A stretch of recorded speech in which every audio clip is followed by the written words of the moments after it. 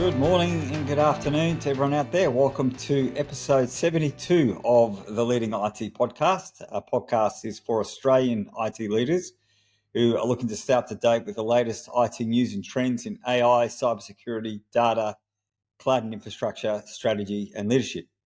Your hosts are leading CIO Tom Leyden and myself, Josh Rubens, CEO at consulting firm Empyrean IT. And we tackle the fast-changing IT landscape from both sides of the client-vendor paradigm with pragmatic, actionable advice. And today we're going to be talking about the ecosystem architecture of AI. So, g'day, Tom. How you going? G'day, Josh. Yeah, very relevant topic, I think, to a lot of our listeners. I think everyone's trying to grapple with this new world and embed AI. So looking forward to hearing your thoughts on that one.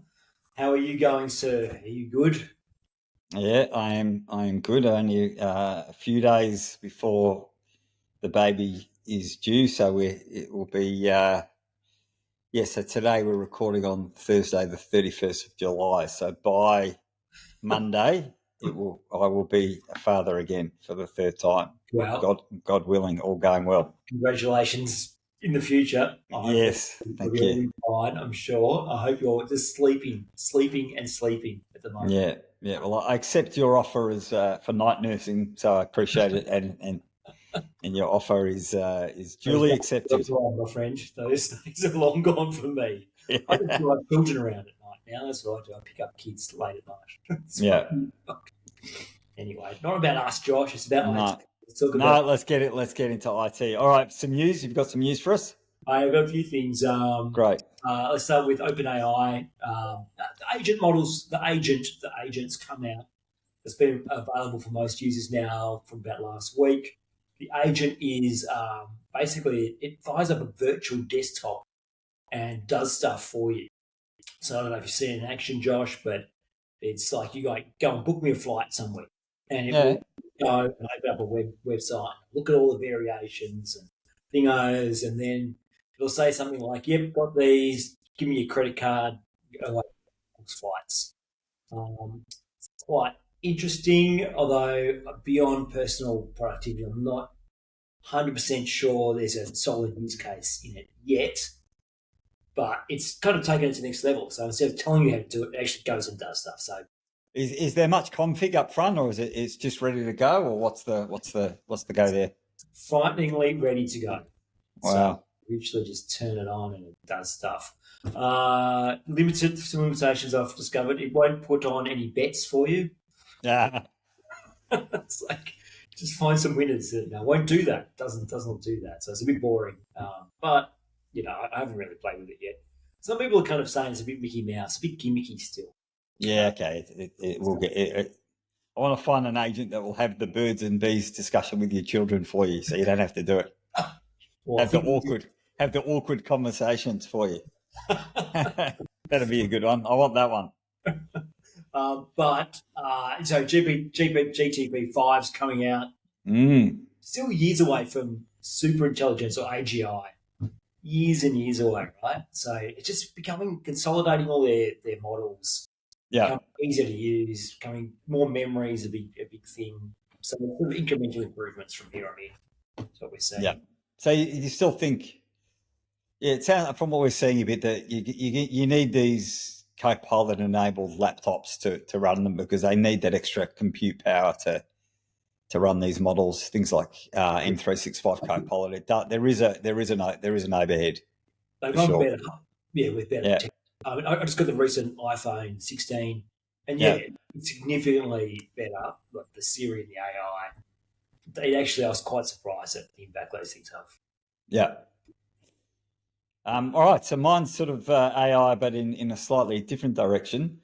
So the Australian Council of Trade Unions announced that it's going to push for a new stream of AI implementation agreements between employers and their workforces that are going to be regulated by a new authority and a national AI Act. So under the proposal, employers will face bans from government contracts and loss of funding if they refuse to sign agreements to regulate AI in the workplace.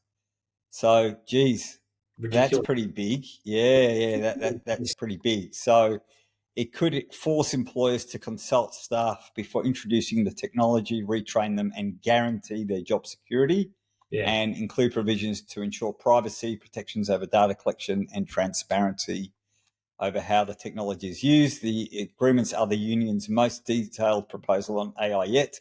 So this is going to the Albanese government's economic roundtable on August the 19th. So that's pretty big. So this was on the heels of the Commonwealth Bank axing 45 jobs this week and replacing them with a new AI voice bot. So this is the first time a bank has told the finance sector union that redundancies are directly because of an AI project. Yep. And the call centre staff who would depart is because of a chatbot system. They were offered opportunities to be redeployed, but they accepted voluntary redundancy. So, the CBA said that the new voice bot, it identifies and verifies customers, provides balance checks, and has reduced the volume of calls by 2,000 a week. Yeah. And then, the more complex calls will go to people. But over time, you could see it being able to address more complex queries. Yeah, so it's pretty big here. Obviously, on the other side of the fence, the Australian Industry Group are accusing the unions of weaponising procurement policy to regulate the adoption of AI, and warned that could stifle innovation. However, so this was obviously had to be coming at some point.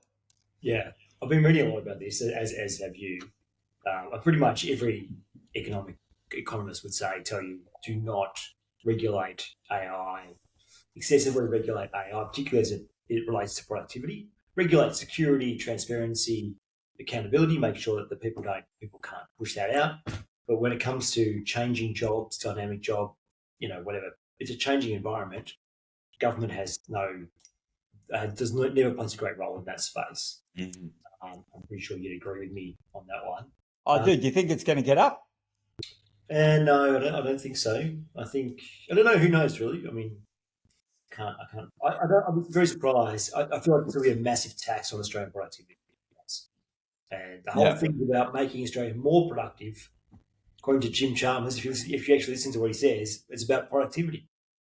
So putting controls around that limit productivity usage seems crazy. Mm. Yeah, it'd be interesting. Well, I'll be interested to see where it lands. I mean, we've spoken before on the podcast about how are we going to deal with, the broader question of, these 20% of white collar jobs that are going to be not required anymore. Yeah. So this is part of it. So one way is addressing it through unions. I don't know what the right answer is. And well, I think that putting money into training, retraining staff. Yeah. Maybe that's a better alternative. But forcing people not to change their job it's just the worst outcome. Whereas, training, education, giving people new opportunities, creating training centres, would be useful. Helping people transition into new jobs. Yeah. There's so many shortages of, health type jobs out there, or jobs that require humans that aren't going to won't go away for ages, right?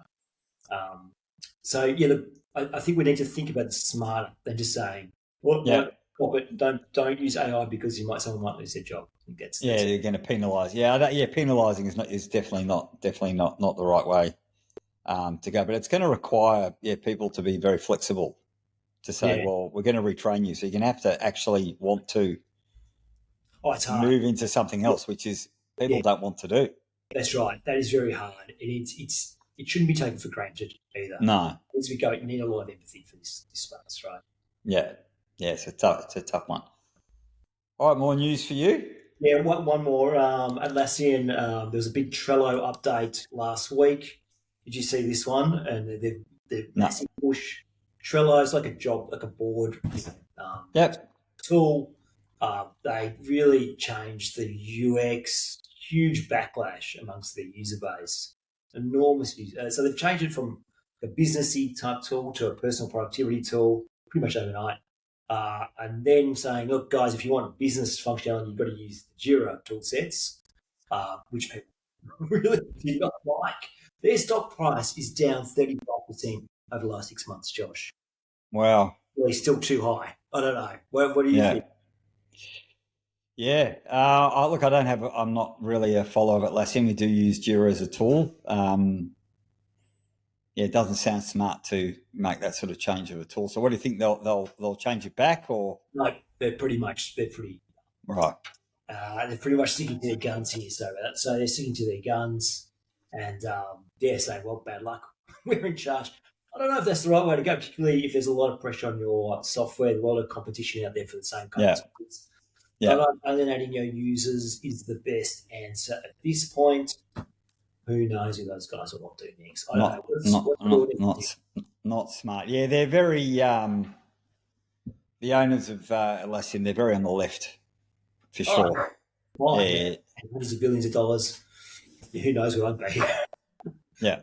They can do what they want. That's great, but they've still got, they gave birth to these tools, so I feel like they should still be serving the company.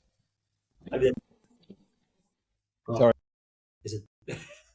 that's my dog. Someone's delivering at the front door. Be quiet, poor puppy.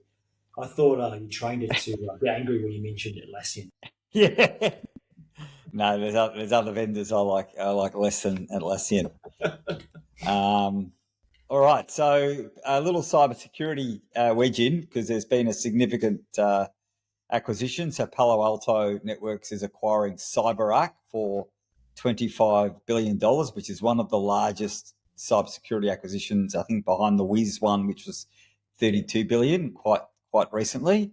And so the reason they're saying they're doing it is it's about addressing the identity security needs for the coming wave of agentic AI. Mm-hmm. So CyberArk acquired a machine identity vendor called Venafi for $1.54 billion last year, and another identity governance startup, Zilla Security, for $175 million in February. So CyberArk are known to be the market leader in privileged access and privileged identity management. Everyone knows that they're the Rolls Royce out there. And the sort of the thinking is around these agents, like you were talking about before, that companies are going to have hundreds of agents, and how you need to manage them as an identity. So there are these machine identities, and these agents need a level of autonomy to be able to take actions and do things. So they're going to need the permissions, and they're going to have to be managed. So through CyberArk, it's sort of giving, completing Palo Alto's portfolio. So it's giving them, so they can address every pillar of cybersecurity. And as we mentioned in a 4 or 5 podcasts ago, around this platform approach where vendors are trying to become, that single sort of pane for customers, rather than customers having 30 different best of breed solutions. So I think it's a really good acquisition for Palo Alto. And yeah, it's this problem is coming around how you're gonna these agents, how you're going to manage them, how you're going to give them identity, etc., etc. So what do you think, Tom? Yeah, it's a really important topic. So a big part of AI, agentic AI, is ensuring you can trace this traceability, right? Working out exactly what it's done, what it can do, and locking down security of those agents. And it requires you to assign a role, so you can clearly see what it's done in the past and what it's actually possible to do. So this is a really smart move. If anyone's looking to scale out agentic AI, they need these tools.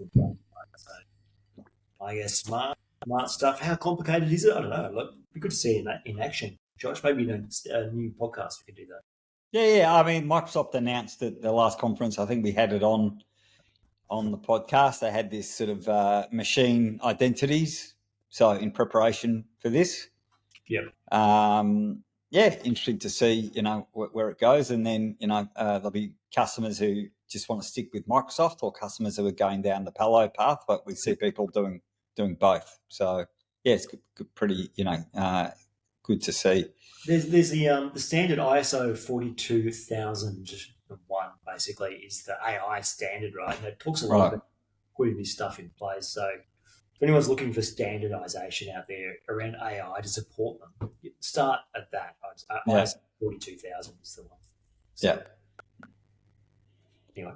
All right, you got more news, Tom, or should we get into our topic? That's enough, my friend. Let's get into it. All right, so let's talk about the ecosystem architecture for AI. So what we're talking about is really trustworthy AI. So is what we're sort of focusing on, and building, which is about building a digital ecosystem that is strategic, responsible, safe, and secure for the age of AI. So what's the problem we're solving? So talking to lots of customers out there, Tom, I'm not sure if you're seeing the same thing. So what are the challenges we're seeing with customers is shiny toy syndrome. It's moving so quickly. Every vendor's coming out with something new. The old 5-year-olds playing soccer. We go here one day, we go there. Every software platform's got a new agent and a new tool and everything. So how do we stay ahead? It's very difficult to manage and control.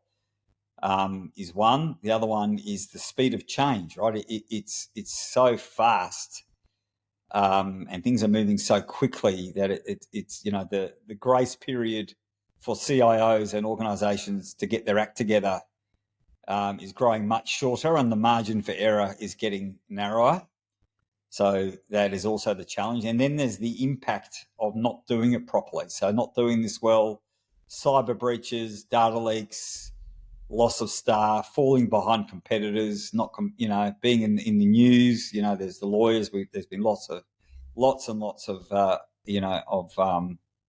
examples of people not doing AI properly, and also not capitalising on the opportunity. Right, there's a massive opportunity, but it requires a framework, an ecosystem, and a strategy, which is what we're trying to address today in this discussion. So, do you agree on that problem, or what's your on that problem statement? 100%. So the problem is that over the last 10 years, business units, leaders, people, anyone with a credit card's gone out and sourced their own IT solutions. Yeah. And that has caused essentially a giant mess in the IT ecosphere, right? And that's kind of what you're saying, isn't it, Josh? That there's just a range of different stuff out there. The ability to centralize and control that or make decisions around that has kind of been distributed out to the business, usually in the name of speed to market, usually the main argument there. But it leaves you with a whole bunch of problems, as you've just outlined. Yeah. All right. So let's talk about the strategy framework. So we did last podcast, we talked about the 7 forces of IT. So there is definitely some crossover here, but this is really around an AI strategy framework. So there's 5 pillars here. There's the strategy and the vision. So really, getting the executive buy-in to it, because without that, it's just not aligned. Getting an actionable roadmap, make sure the rigor is there. Having an ecosystem architecture, which we're going to discuss today. So having a mature, technical ecosystem, because AI depends on data, depends on your application portfolio, governance, security, integration. All these things are really important workloads. So what are you deploying, and are you deploying things that are meaningful to your organization's mission? So are they aligned to that strategy and vision, or are your users just go out and doing stuff? I mean, we see this. Every customer I talk to, they've got, as you said, they've got users using ChatGPT, the personal one, or they're using, whatever it is on their personal devices, even if it's blocked or not blocked. It's just an absolute mess. No one's controlling it. I don't. For heads of IT, that is not an option. Just letting your users do whatever they want in any application is, not really an option, and definitely not scalable. And which is the 4th pillar, which is responsible AI. So ensuring that AI is reliable, safe, private, secure, transparent, and you can't do it unless you've got the right technical architecture and ecosystem in place, which you're not doing if you're letting your users or using whatever they want. And how are you going to scale it? So scaling AI is really day 2 ops. So how are you going to manage it like you would any other IT system? How are you going to do CI/CD, monitoring, transparency, et cetera, right? So those are the those are the sort of the 5 pillars of the framework, and they're addressing questions like, how are we ensuring our investments are strategically driven by the business vision? Are we building our AI capabilities atop a solid ecosystem oriented architecture, or are we grafting AI onto a fragmented IT estate that'll be hard to manage? Have we balanced risk and reward with choosing the right workloads? Are we embracing responsible AI, and are we positioned to scale AI and our ability to manage and govern it moving forward? So those are, that's really the sort of the AI maturity model. And if people are interested in discussing that, we have an engagement that we can help you with. We've actually put that on our website, so customers and people can go and self-service that, asking themselves a question, and they'll get a score on our website for their AI maturity, which will help them. There's sort of 5 variables in each one of those pillars, and they can score themselves. But the reality is, most organisations are not mature in that space, and and there's no crime in that. This is new. Everyone's new, but this is around having the right strategy and also educating the business and setting yourself up for success, sort of moving forward. So, what's your thoughts on that framework? The big thing, I guess, really good, right? The big thing around this one is making sure you understand why you're doing this in the first place. Yeah. And how you're helping the business. So, what is the link to the business? Are you trying to, reduce cost, improve scale? Scale's a massive opportunity here. Yeah. So the point of AI, it's really important that people understand why they're doing AI. Yeah. So is it to save money, increase scale, make the business more efficient, which usually means saving money, increasing complexity within the business, so the business might be introducing more ideas, business channels, etc. Does AI help you deal with the complexity? So really important to understand why you're doing it, and if you've got that clear vision, then the rest of the business can come into behind you. If you don't have that vision, the business just goes, well, I'm just going to try and save my own bacon here and do my own thing. So you've got to unite business leaders by saying, hey, this is what AI can do for the whole business. And the other challenge is with being too sort of use case focused, is it's just the unknown of what AI, what it can do for us today will be different in 12 months' time and in 24 months' time, and as it evolves. So it's sort of, that's sort of the part of this, is really setting yourself up for success, so that, it's not about being future proof, it's about being, future ready, because we don't know what's going to happen. So it's about setting up, the whole thing around this ecosystem architecture is setting yourself up for success no matter what comes in the future. All right, so what is an ecosystem architecture? So, sort of just to define it from a technology point of view, it's the design and structure of a system that supports the needs of a network of interconnected systems, services, and technologies. It's a way about thinking of IT systems not as isolated components, but as a complex interacting system, similar to a biological ecosystem or a map of a city. And the approach emphasizes the relationships and interactions between different parts of the IT environment, rather than focusing solely on individual systems and solutions. So that's the official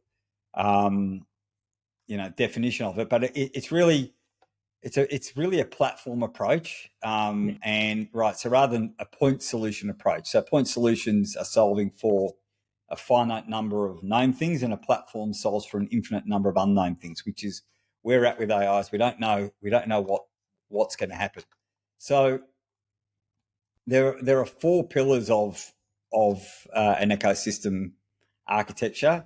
So starting at the top is where everyone is the top of. If you can picture a diamond, or what are they called? The Egyptian things, a pyramid. Sorry, a pyramid.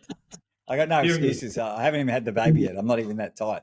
So the top of the pyramid, right? So the top of the pyramid is implementing workloads, right? Which is where everyone's at, trying to deploying AI workloads and doing things with AI. So that's the top of the pyramid.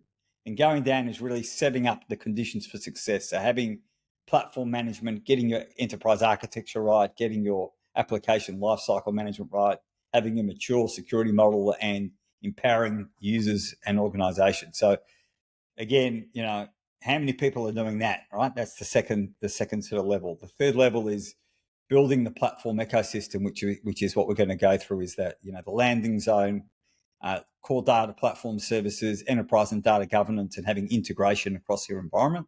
And then the fourth one is what we've been talking about, is having a strategic foundation. So the executive vision, workload prioritization, your ecosystem map, data mapping, and strategic renewal and refresh. So an ongoing, this strategy is not it's not static. It's something that needs to be renewed and updated all the time.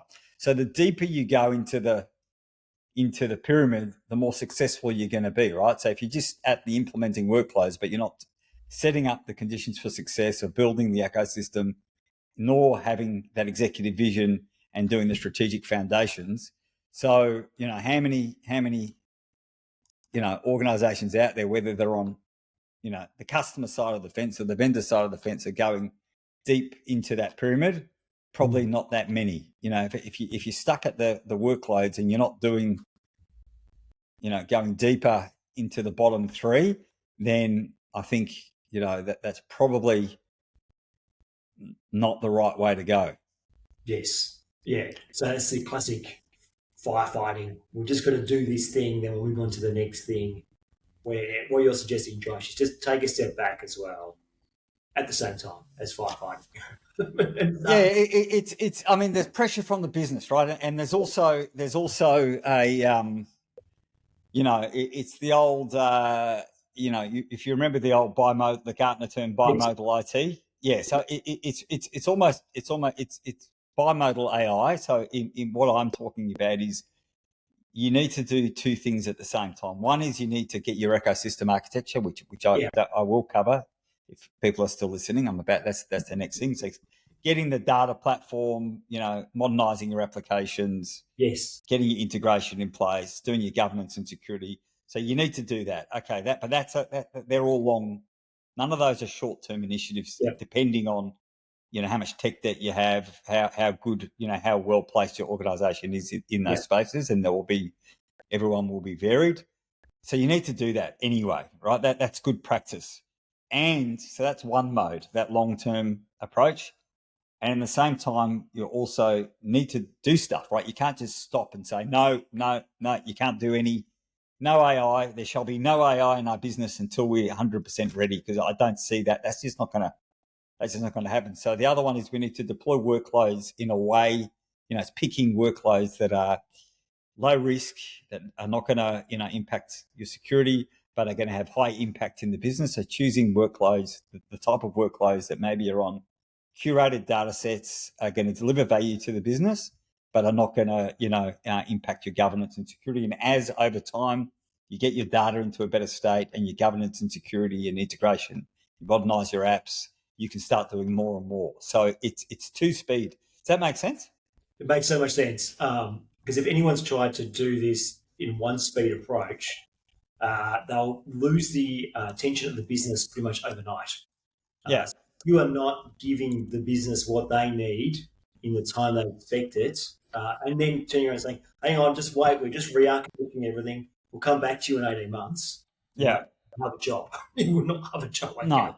So the art here is to do both, deliver the quick wins, but also move your architecture along at the same. But do the quick wins in a way that won't jeopardize your business. So it's picking. That's right.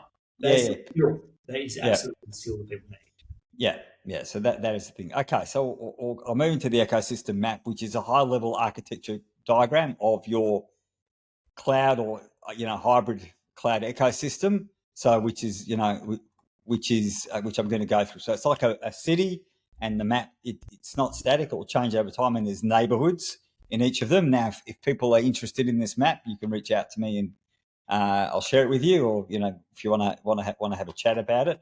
So I'm just going to talk through the map, which is difficult because we don't have a picture, but it should make sense as I go through it.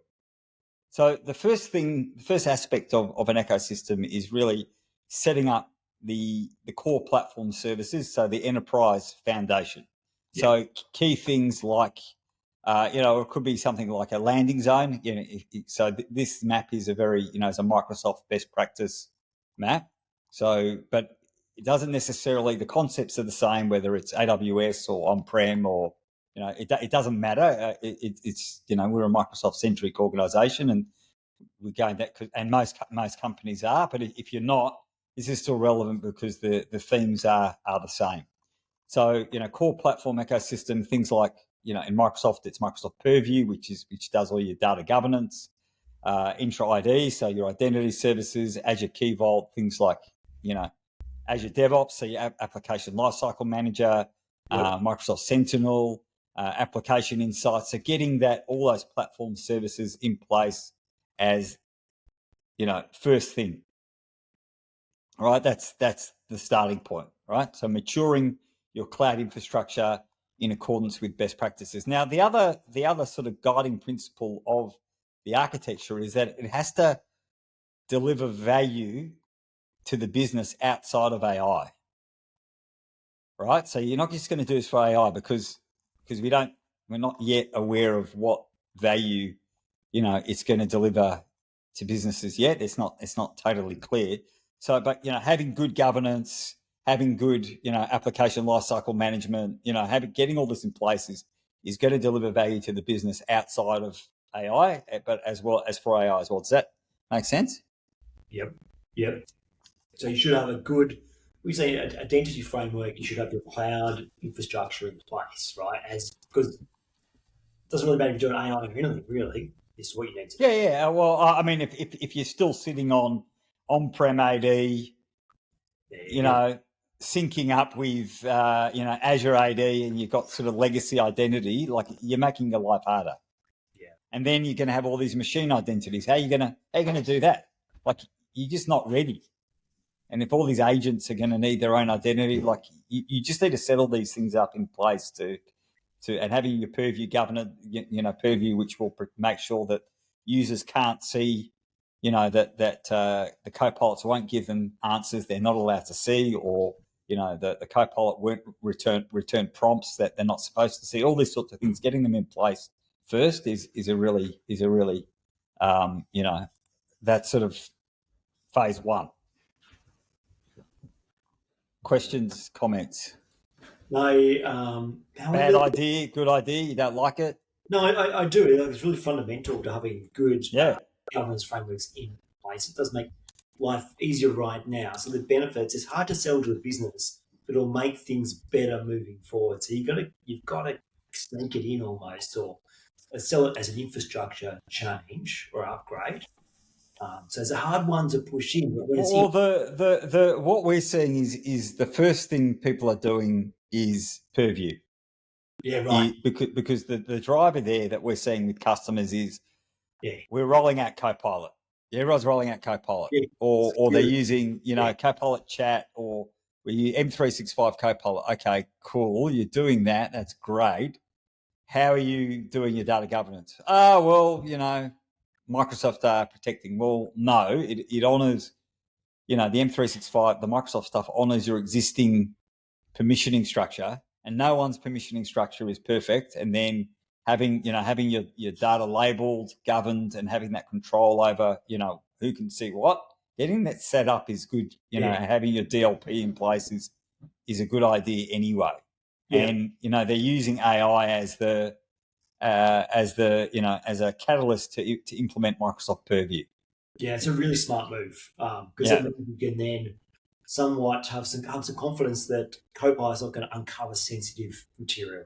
for sure. Because Right. if that HR file that has the wages on it is not, perfectly protected, and someone's shared a link to someone, then, Copilot will give it to you, right? That's always, the example we give, because everyone wants to start on, Copilot on, documents in SharePoint and things like that. So you need to have Purview in place. So that's sort Really, of really the, that's sort of first, and Microsoft have improved Purview a lot over the last couple of years.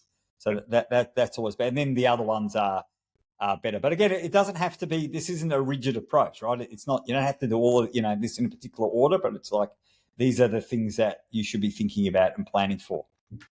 So what's next, Josh? Okay, the next one is the data distribution neighborhood. Yep. So, a prerequisite to your use of AI is having your data consolidated in storage services where it can be, aggregated and accessed by AI, right? So without, good data, then, the AI models aren't going to be trained properly. So it's a critical thing that you have, your data consolidated, because most organizations have got data sitting, spreadsheets on desktops or, databases, or sitting in SaaS applications, or multiple data lakes, or, data warehouses. They're sitting everywhere. So starting to really, have a data consolidation strategy. Again, these are not easy for a lot of businesses. And then, the Microsoft solution is Fabric, which we've covered before. And, the data lake that sits under Fabric is called OneLake, which I'm sure you've heard of. And then OneLake allows you to do things where, you can, it's a data orchestration solution. So it's a SaaS solution, and it can process data that's sitting in third-party clouds. And, it's a really, it's a sort of best of breed solution for customers who, want to use AI. So in the data distribution neighborhood, so OneLake, trying to get a single source of truth for your data. And then, in addition to the benefits around for AI, it will also provide value in, BI workloads, through, API management. It will be able to integrate with third-party applications. And then, things like data indexing, so Azure AI Search, which used to be called Cognitive. So this is a really, critical tool, because it will, allows you to index all your enterprise data, and then, like in a RAG pattern, and, which is another important service. So the implementation of AI Search, Purview, and OneLake are really, three of your critical data services that you want to get in place first. So that's the data layer is the next point. It's good. I agree. It's not easy. There's a lot of work. People have usually got their data is typically what they'll describe as a mess. Yes. Using the medallion architecture is actually quite a simple way to get into it. So identifying your gold sources of truth out there, and then having over a period of time saying to clean up your data. Yes. Yeah. So again, I mean, trying to, be preposterous to say that, all your data needs to be copied into one location or using a single data storage technology. Obviously, it's not. That's not a reality for most people, but you need to start somewhere. And again, this is having that, you need to have a map, right? You need to know where you're going. If you don't know where you're going, how are you going to get there, right? So this is sort of a North Star type architecture for customers. So, the next thing to think about after your platform layer, what we're talking about is getting your data layer in place, having this map. Now, the data layer is hydrated, so to speak, by an integration layer. So your integration layer, your data lake, is connected to your application, so your core business systems, which are your tier one type applications. So things like CRM, so it could be Dynamics 365, it could be Salesforce, it could be anything else. You might have, ERP, might be SAP, you might have, something like Workday, an HR information system, or, SQL-based applications or other applications. So via the integration layer or the integration neighborhood, it will hydrate your data lake. So, the integration neighborhood will include things like OneLake shortcuts. So that's the ability to, process data in third-party clouds without moving it. Event Grid for event-based applications, API management, Azure Data Factory functions, Service Bus, ETL type technologies. Again, these are all Microsoft ones, but they could easily be Dell Boomi. It could be, anything else in there that connects, multiple core business tier one applications and their tier two and tier three applications to your data lake. Yep. That sort of, again, not easy to describe visually. But that's critical, right? This part's to make sure your data is as relevant timely and accurate data. Yeah, and then it's really there's an application modernisation piece, right? Because having modern applications are critical to an AI strategy because this is where users interact with data. This is where your structured data sits, and if you're sitting in a legacy on-prem application, you're really holding yourself back as to what you're going to be able to do, not only with AI but also with business intelligence and so sort of part of it, depending on where an organisation is at, you need to be thinking about an application modernisation, program. And then there's all those tier 2 and tier 3 type applications. You might have things sitting on, Excel spreadsheets, access databases, all these, long tail or SaaS applications. You might have 50 SaaS applications, which each have data. How are you going to bring that all together? Or how are you going to deliver AI on them? Now, you might not, not all of them will be useful for AI, but definitely some of them will. So, moving them into an architecture where AI can access them, not doing, point to point or the AI agent that each of those SaaS vendors is going to add, that's going to be, just think about that, Tom. That's going to be, how are you going to manage that? You've got to start with the end in mind, but Yeah. you need to work through it slowly. You can't Yeah. shift the whole thing overnight, right? So No, definitely. We're not advocate, but there has to be a plan, right? No plan is, there can't be no plan. So what we're talking about here is using sort of whether it's a low code platform like Power Platform, yeah, migrating these legacy applications into modern applications, which you can then orchestrate using things like Dataverse into the integration neighborhood and getting it into that data lake. So again, starting to getting that single source of truth, that data centralization piece, of getting a data lake in place and having modern applications that are integrating into your data lake yeah, via this integration layer rather than point to point stuff yeah. or application level BI, doing BI directly on an app rather than something that's centralized. So this is a really critical piece of the puzzle here. I think so. If you really want genuine value out of AI, you've got to get this piece right. Otherwise, AI will remain in the very small business domain area. It'll be the HR AI, which will be about one HR issue.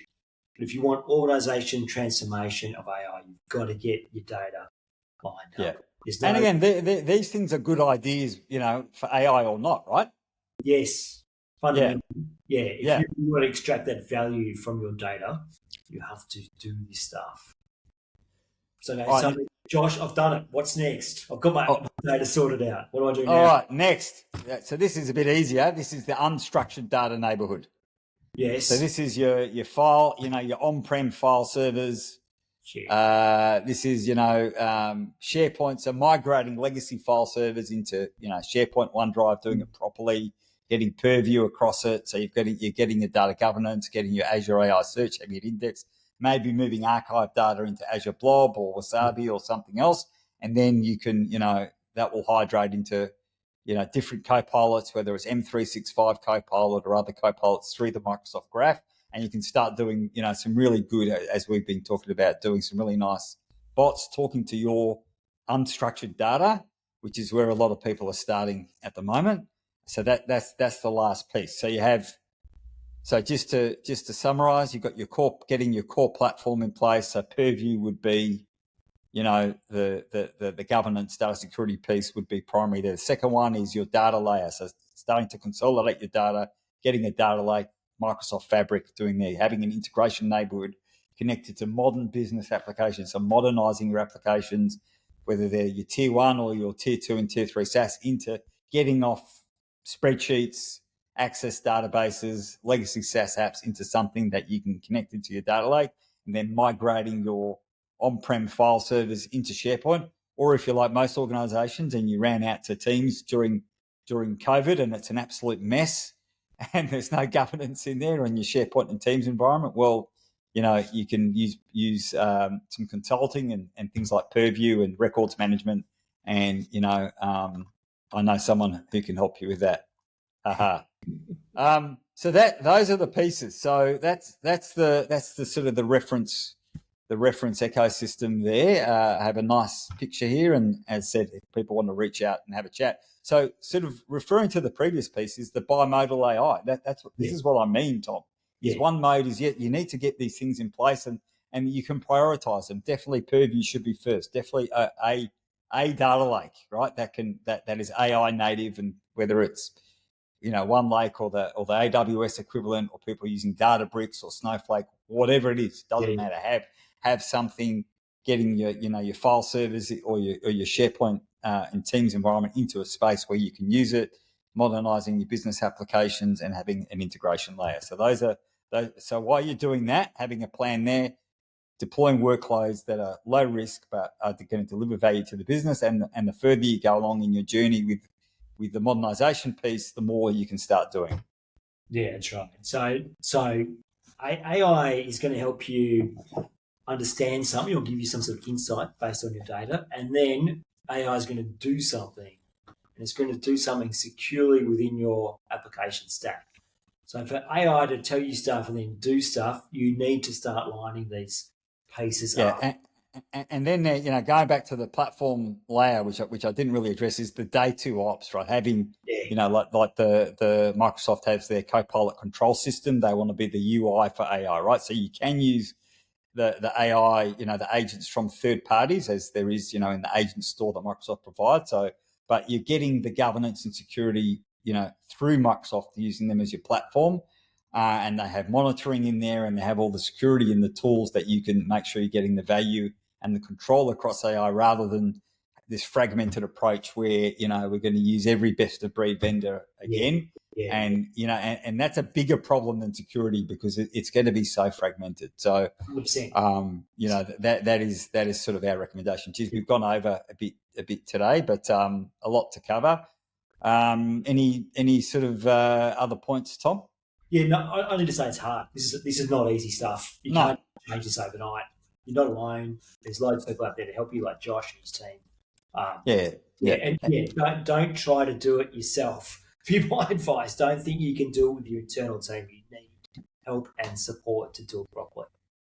Yeah. So exactly. And it is hard. Don't feel bad about where you're at, because everyone's in the same place. But again, don't be complacent. Think about that bimodal approach. Reach out.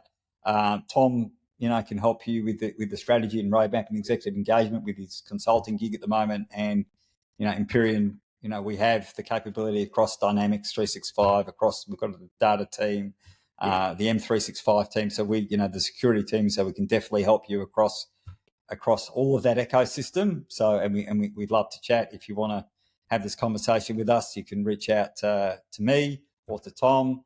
And as I said, on the website, you can do that. You can self-service that sort of AI maturity model survey on our website as well. And hope you've enjoyed the episode. Might be a few weeks, 3 or 4 weeks, as I said, because having the baby in a few days. But hopefully, I'll still be, I'll be okay. I won't be too tired, Tom. Mate, you'll be fine. Hopefully the Hawks are still in it. Yeah, well, not that. There's no guarantees. But, hopefully your child is not inflicted with barracking for the Hawks, though. No, they have. That is mandatory in my house. If they want pocket money, you have to go for the Hawks. I think there's laws against that. Anyway, Josh, all the best, mate. Hope you and Claudia, hope it all goes really well. Everyone's safe. And thanks so much. Well, thank you all for listening, and I hope you wish everyone well on their AI journey, and look forward to seeing you next time. Thanks, everyone. See you, Tom.